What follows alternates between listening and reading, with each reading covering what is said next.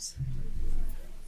All right, kia ora koutou. As we've said, no time for questions now, so please find me in the coffee break.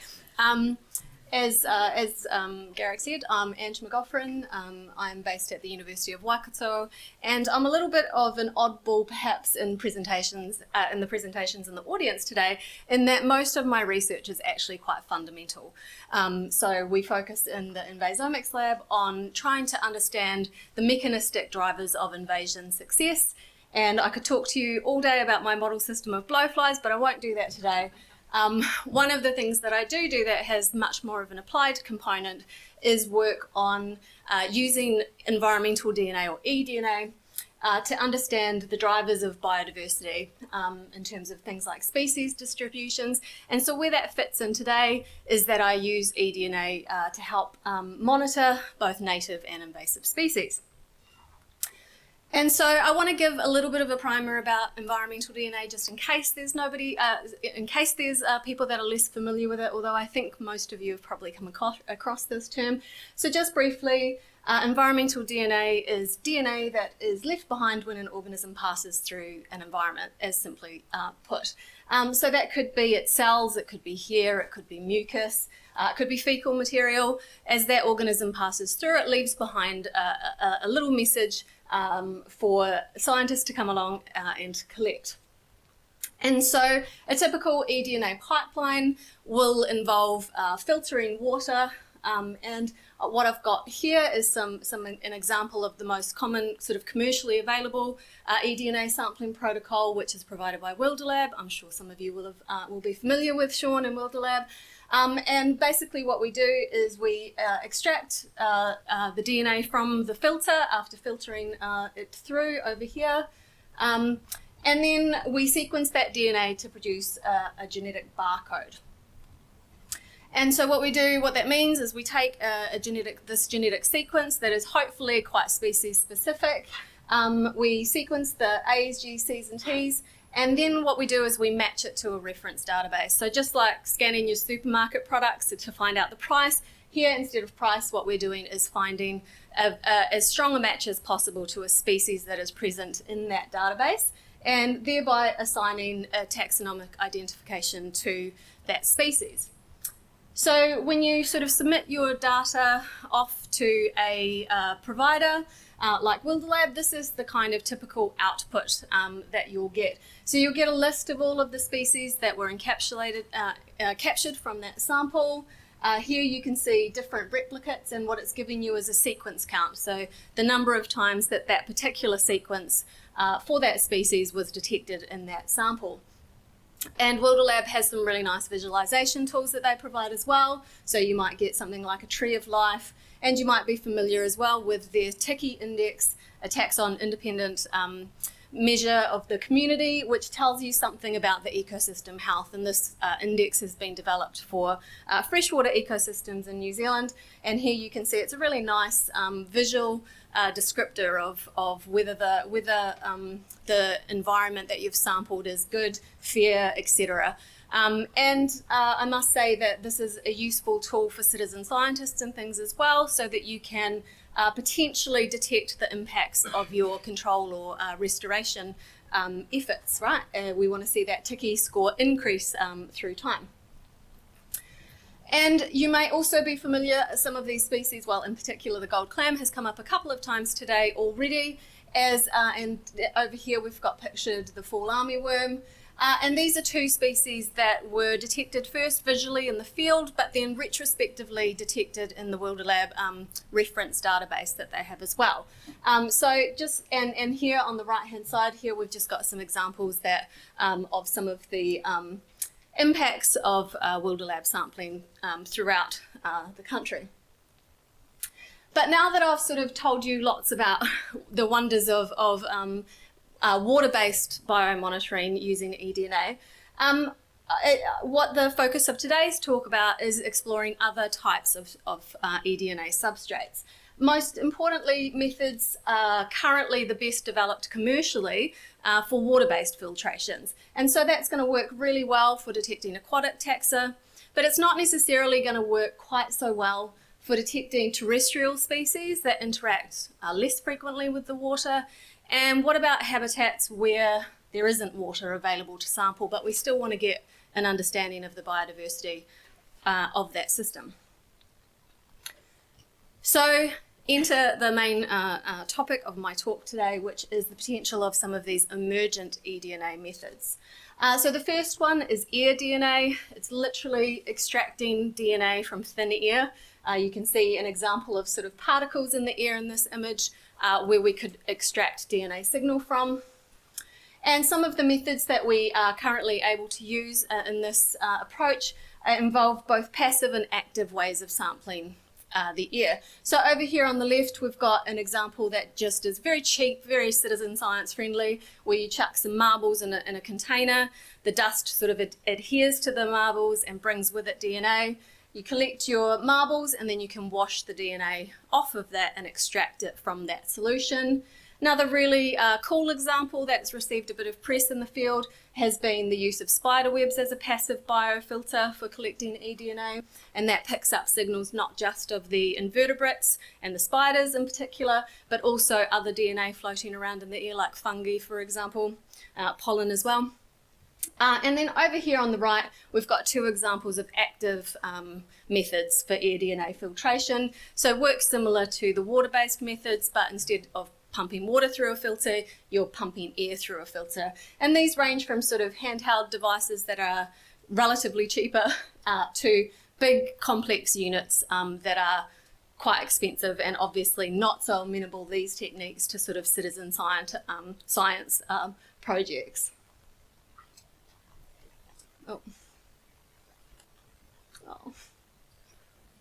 Now my things. Wouldn't be a conference without some technical difficulties, right? Maybe I switch to this. Oh my goodness. Should the cursor be on that side or?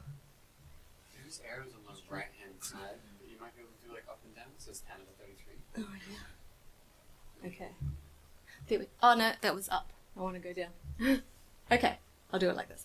Okay, and then another method that's very emergent, not so well explored yet, is iDNA, which stands for insect-derived DNA. And here, as you can sort of see pictured, we've got different examples of insects. iDNA captures DNA from the insects themselves, but also from their exoskeletons, which then gives us a signal of everything that they've been interacting with. So, you know, for example, a blood meal from a mosquito, pollination, so we're going to pick up plants. And then if we look over here at a blowfly, a decomposer, we'll get signal of the mammal carcasses that it's been feeding on. And these are some of the sort of standard methods that we would use to collect insects in the field, so just ranging from very simple pan traps through to more complicated flight intercept traps. And then down here what you can see pictured are some traps that I've deployed in the field with my team, where we add sort of a shelter to keep them protected from weather. And we've got both flight intercept up the top and then a receptacle down the bottom for collecting the insects, and as well as that they can also hold bait if that's useful. So moving into the results, the first question that I wanted to moving into posing the questions for the study, whether or not combinations of different kinds of substrates might provide a more holistic view of ecosystem biodiversity, which will of course enable us with a better chance of detecting invasive species, particularly at that point of incursion when their abundances might be low. And more importantly, or more specifically, whether or not these methods might help us to obtain a better terrestrial signal. So what we did was some work here, which was the field work of which was performed by my PhD student, Stacia Bird. This was actually performed locally in Palmerston North at a collaborator's lifestyle block, where we set up a transect basically at increasing distance away from an exotic bird aviary. So the aviary contains these bird species that are obviously not found outside of the aviary and provide us with a nice touch point to sort of see, if we come back at different distances from it, how do our passive and high and low volume active air samplers compare to each other. And also we were able to obtain water-based eDNA from about 50 metres away from the aviary as well for comparison. So what we did was we combined 3 different barcodes or amplicons into the same sequencing run. And I'll just spend a little bit of time explaining this because it's kind of important for the results. So the 16S amplicon that we used was specific. It was targeting vertebrates, and that was our target community, right? Hoping that we would detect those birds in the aviary. We also included a standard CO1 mitochondrial barcode or amplicon, and that's going to give us a broad view of the eukaryotes present in the ecosystem. And then to sort of look at non-target background species like plants and fungi, we included an ITS marker as well. So getting to the results now, the first question was around the general performance of eDNA for species detection. And this is showing you a plot of the top 20 species detected. And first I'll show you the CO1 and the ITS, which showed consistent trends. And what you can see, I've got it separated out over here by high volume and low volume air samplers. Down the bottom here is our passive, and on the right hand side is our water. So what you can see here is that the general eukaryotic community, represented by that CO1 marker, was mostly corresponding to fungi. That's what you can see here in the green and the sort of gold colour.